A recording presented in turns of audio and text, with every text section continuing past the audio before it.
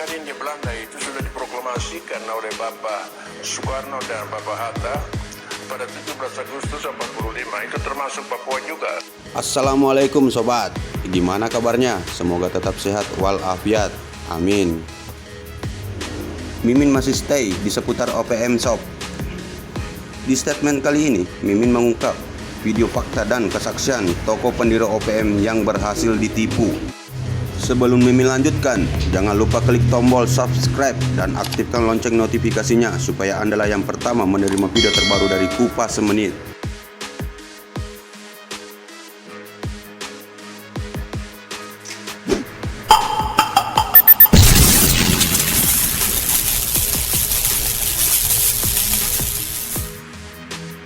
OPM itu sebenarnya didirikan oleh ofisir-ofisir Belanda yang mendirikan, yang menjadi pelatih-pelatih dari Papua Privileged Corps, tentara sukarelawan Papua yang didirikan oleh orang Belanda pada jam-jam penghabisan Belanda mau menserahkan Papua. Mereka dirikan itu supaya rakyat Papua berdiri melawan Indonesia.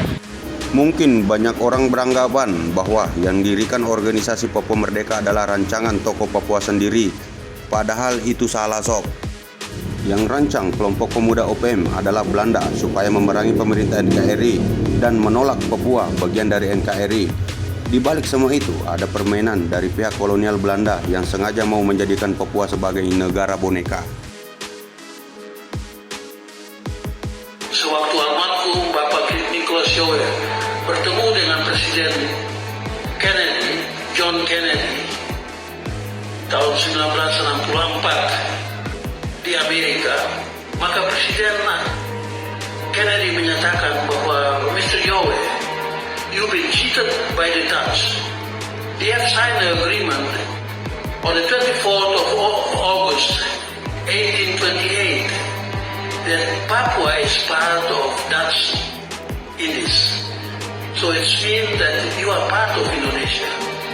Dengan kata-kata yang dikeluarkan oleh almarhum Om Jowe ini, saya memutuskan untuk pulang kembali ke Indonesia.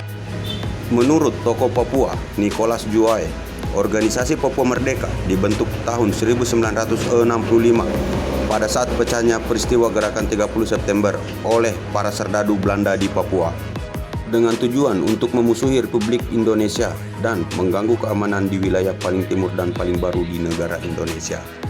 Organisasi ini sempat mendapatkan dana dari pemerintah Libya, pimpinan Muammar Gaddafi, dan pelatihan dari grup gerilya New People's Army beraliran Maois yang ditetapkan sebagai organisasi teroris asing oleh Departemen Keamanan Nasional Amerika Serikat.